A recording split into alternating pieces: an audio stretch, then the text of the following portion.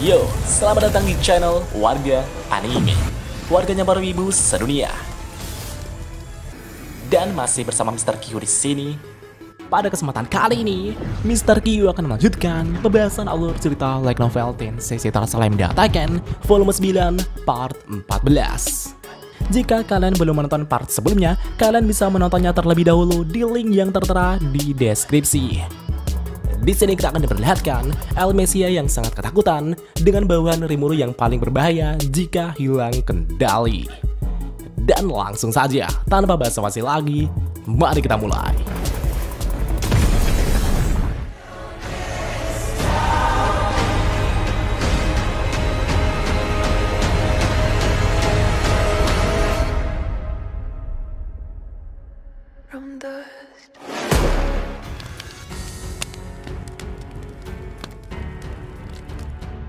Sebelumnya, di saat Rimuru dan yang lainnya sedang memikirkan cara mengumpulkan koin emas untuk membayar anggaran festival, tiba-tiba datanglah Kaisar Elmesia yang menawarkan bantuan kepada Rimuru sama. Tapi dengan satu syarat, Rimuru harus mengundang Kaisar Elmesia lagi jika Rimuru mengadakan sesuatu yang menarik seperti festival ini. Karena syaratnya hanya itu saja, Rimuru pun sepakat dan berjabat tangan dengan Elmesia. Setelah masalah anggaran itu selesai, Diablo kemudian datang menuangkan teh untuk Rimuru sama sambil berkata, "Ini bagus Rimuru sama, meskipun ada orang yang berencana untuk menjatuhkan Rimuru sama, rencana mereka tampaknya benar-benar gagal sekarang. Kufufufufu." Di satu sisi, Elmesia yang melihat keberadaan Diablo itu pun sangat terkejut. Tapi meskipun begitu, Elmesia masih tetap tenang dan melanjutkan pembicaraannya. Jadi gini pak, seperti yang sudah gua jelaskan sebelumnya, bahwa adanya dalang di balik masalah anggaran festival ini. Seseorang sepertinya telah membuat konspirasi untuk menjatuhkan kredibilitas Rimuru sama di muka umum. Menurut Elmesia, meskipun jika Rimuru tak berhasil mengumpulkan koin emas, dalang tersebut pasti akan datang dengan sengaja meminjami koin emas untuk Rimuru di saat genting-gentingnya. Untuk membuat Tempest patuh, mereka tidak menggunakan kekerasan, melainkan memberikan bantuan untuk menundukkan Tempest dalam genggaman mereka. Ya, ini adalah sebuah rencana yang benar-benar manipulatif dari seorang manusia. Di satu sisi, Benimaru yang mendengar itu pun sama sekali tak memahami sesuatu yang serumit itu. Benimaru kemudian bertanya kepada Elmesia, "Apakah Anda tahu siapa dalang di balik semua ini? Mungkinkah ini ulah anggota Dewan Bangsa Barat?" Elmesia menjawab bahwa jika dirinya juga tak yakin soal itu karena dinasti Sarion tak pernah menjadi bagian dari Dewan Bangsa Barat. Elmesia kemudian melihat ke arah Myormel dan mengatakan jika Myormel mungkin mengetahui sesuatu. Setelah dipikir-pikir, Myormel tampaknya mengetahui sesuatu. Myormel mengatakan bahwa ia mendengar desas-desus di antara pedagang jika adanya kelompok orang yang mendominasi di pusat kekuasaan Bangsa Barat. Tapi sejauh ini, itu hanyalah rumor belaka. Dan tiba-tiba, datanglah Soe yang langsung berlutut di samping Rimuru sama. Soe mengatakan jika dirinya akan menyelidiki hal tersebut. Dan tentunya, Rimuru akan menyerahkan penyelidikan kepada Soe. Setelah itu, Elmesia tertawa dan berkata, Kukukukuku, ini sungguh menarik. Rimuru-san, bisakah aku bertanya kepadamu?" Rimuru menjawab, apa yang ingin kau tanyakan?" Elmesia kemudian mengatakan jika dirinya ingin membentuk aliansi dengan Rimuru. Tapi sebelum itu, Elmesia ingin mengetahui apa yang dipikirkan Rimuru. Dan seketika itu juga, Elmesia menatap Rimuru dan langsung melepaskan tekanan auranya yang sungguh luar biasa. Bahkan Gazel pun sangat kewalahan saat menghadapi tekanan aura tersebut. Dan inilah yang disebut haki pahlawan. Menanggapi itu, Rimuru juga melepaskan haki Raja Iblisnya untuk melawan tekanan aura Elmesia. Sambil melepaskan tekanan aura tersebut, Elmesia kemudian bertanya kepada Rimuru, "Apa yang kau rencanakan dengan adanya iblis itu? Iblis primordial yang paling berbahaya." "Hah? Primordial?" Rimuru tak mengerti apa yang dimaksud Elmesia. Tapi jika yang dimaksud Elmesia adalah seorang iblis, maka itu merujuk kepada Diablo. Diablo memang kuat, tapi dia seharusnya bukanlah yang paling berbahaya kan? Gumam Rimuru. Yah, di sini Rimuru gak ngerti sama sekali soal seberapa berbahayanya iblis primordial gitu pak. Rimuru kemudian menjawab bahwa ia tak berencana melakukan apapun dengan Diablo. Diablo saat ini sangat puas bekerja di bawahanku. Jadi apakah ada masalah? Elmesia kemudian bertanya lagi, jika iblis itu kehilangan kendali, bagaimana caramu bertanggung jawab, Rimuru-san? Ya, mengingat betapa mengerikannya iblis primordial merah yaitu Gi Crimson, Elmesia sangat tahu seberapa berbahayanya iblis primordial tersebut. Namun di satu sisi, Rimuru malah salah menanggapi maksud dari Elmesia tersebut.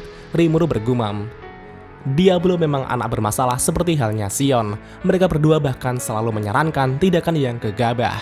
Seperti sebelumnya, Diablo menyarankan untuk melenyapkan pahlawan Masayuki tersebut. Namun itu bukanlah sesuatu yang perlu dikhawatirkan dan diurus Elmesia. Rimuru kemudian menjawab bahwa ia akan menghentikan Diablo sebelum Diablo kehilangan kendali. Hanya itu yang bisa kulakukan untuk mencegah adanya korban kan. Tapi jika ada cara lain, tolong beritahu diriku. Hah? Mendengar jawaban sesimpel itu, Elmesia sangat heran dengan Rimuru. Apa kau hanya mengatakan jika dirimu akan menghentikan iblis itu dan bertanggung jawab begitu saja? Tanya Elmesia dengan herannya. Rimuru menjawab bahwa Diablo memang sangat rentan kehilangan kendali. Tapi akhir-akhir ini dia mendengarkan kata-kataku dan selalu bersikap baik. Jawab Rimuru dengan penuh percaya diri.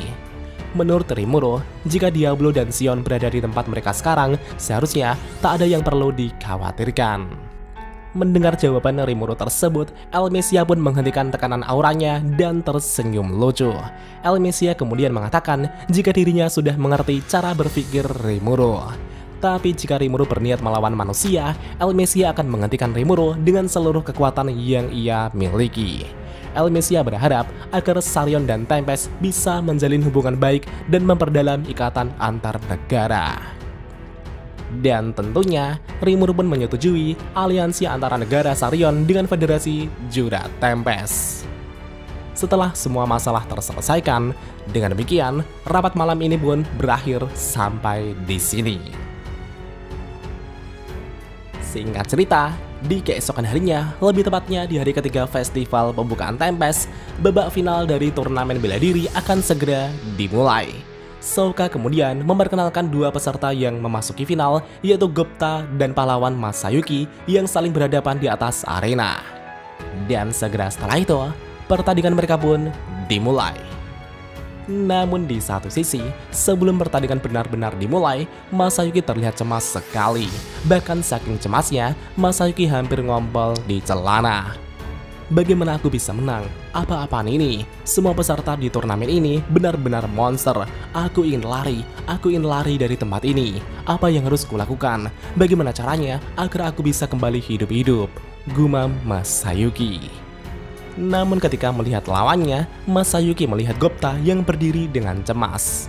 Ketika Masayuki menyadari itu, Masayuki merasa jika dirinya masih memiliki kesempatan untuk menang. Ketika pertandingan dinyatakan dimulai, Gupta langsung melesat ke arah lawannya. Namun di satu sisi, Masayuki tak melakukan gerakan perlawanan sedikit pun. Masayuki hanya berbalik ke arah Gupta sambil tersenyum dingin di wajahnya. Melihat reaksi dari Masayuki tersebut, Gupta mendadak berhenti dan mewaspadai Masayuki. Gupta merasa jika Masayuki sepertinya benar-benar kuat. Meskipun Gupta ingin mencoba bertarung dengan kekuatannya sendiri, tapi Gupta merasa jika serangannya sepertinya akan sia-sia saja di hadapan pahlawan Masayuki. Gupta kemudian tertawa dan berkata, "Hahaha, seperti yang kuduga, kau memang kuat. Jadi biarlah aku mencoba kekuatan pamungkasku yang baru kudapat." Di sisi lain, melihat Gupta yang songong tersebut, Rimuru merasa jika Gupta pasti akan mengacaukan segalanya. Namun tiba-tiba, Raphael melaporkan bahwa individu Gupta telah memperoleh unique skill Magic Wolf Summon dan extra skill Unification. Itu adalah skill yang dapat memanggil serigala dan bergabung dengan serigala panggilannya. Rimuru yang mendengar itu pun sedikit terkejut. Dengan itu, Gupta dapat bergabung dengan Rangga. Dan benar saja, di sana Gupta berniat menggunakan Magic Wolf Unification. Dan seketika itu juga, ruang di sekeliling Gupta tiba-tiba terdistorsi dan muncullah Rangga di sana. Segera setelah itu, Gupta dan Rangga pun menyatu dan bertransformasi menjadi sosok yang sangat ganas. Sosok tersebut adalah gabungan antara Gupta dan Rangga. Bahkan Milim yang melihat itu pun sangat kagum dengan perubahan Gupta tersebut. Ya, ini adalah kemampuan langka yang memungkinkan seseorang untuk meminjam kekuatan makhluk yang dipanggil. Dengan kata lain, Gupta dapat menggunakan kekuatan Rangga tersebut. Di satu sisi, Hakuro yang melihat muridnya itu pun merasa bangga dengan perkembangan Gupta tersebut. Meskipun Gupta tak memiliki fisik dan kekuatan yang kuat, tapi sekarang ia memiliki kekuatan Rangga dalam dirinya. Dengan demikian, Gupta bisa membuka lebih banyak potensi dalam dirinya. Karena seperti yang kita tahu, kekuatan Rangga itu benar-benar luar biasa. Bahkan seharusnya kekuatan Rangga berada di atas Gel tersebut. Dan bagaimanakah kelanjutan pertarungan mereka? Apakah Gupta dengan kekuatan barunya dapat mengalahkan keberuntungan Masayuki? Dan mari kita lanjut di part selanjutnya. お前も同じ目に遭うってことでいいんだよな。